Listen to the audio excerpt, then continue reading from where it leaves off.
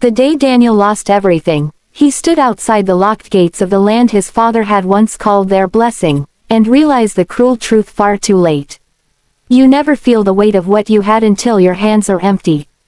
Daniel grew up with what many people only dreamed of.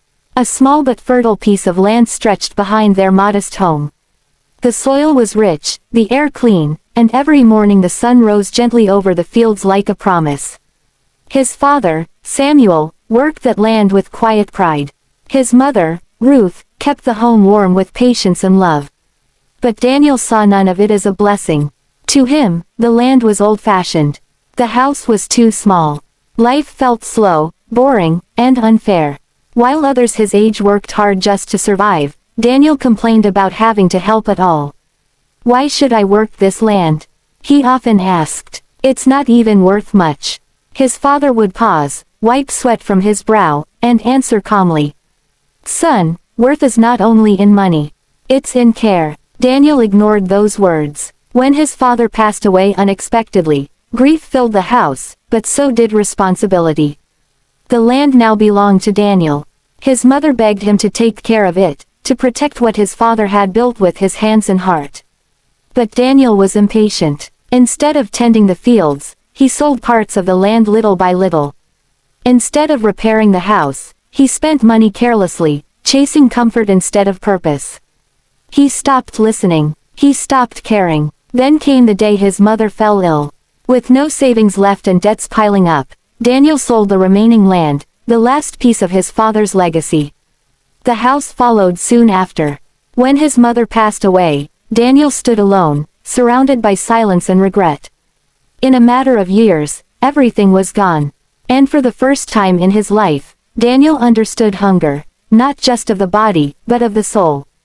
Daniel drifted from place to place, working small jobs that barely paid enough to eat.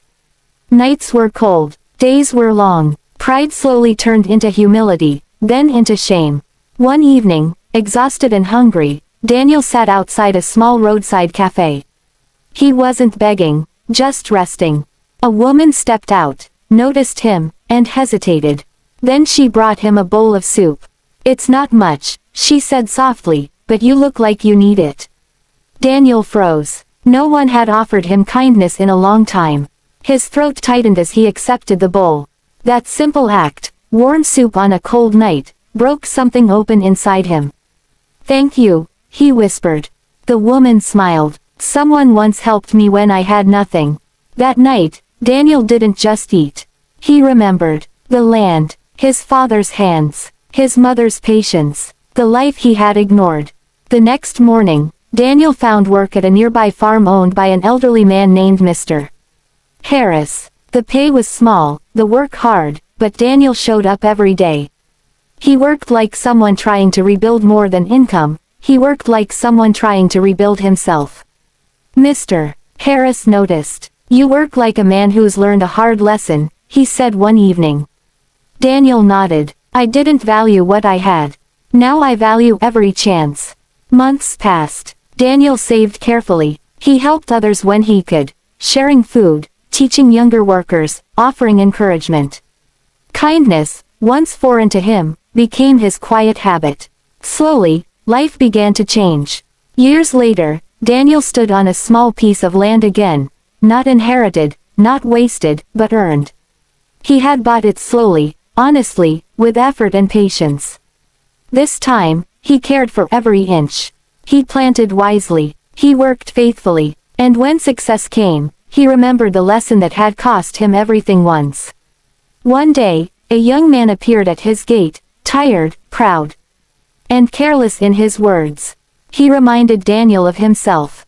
I don't see the point of working this hard, the young man said. Daniel smiled gently and handed him a glass of water. Sit, he said. Let me tell you a story. He told him everything. About loss. About hunger. About soup on a cold night. About learning too late, and choosing to live differently.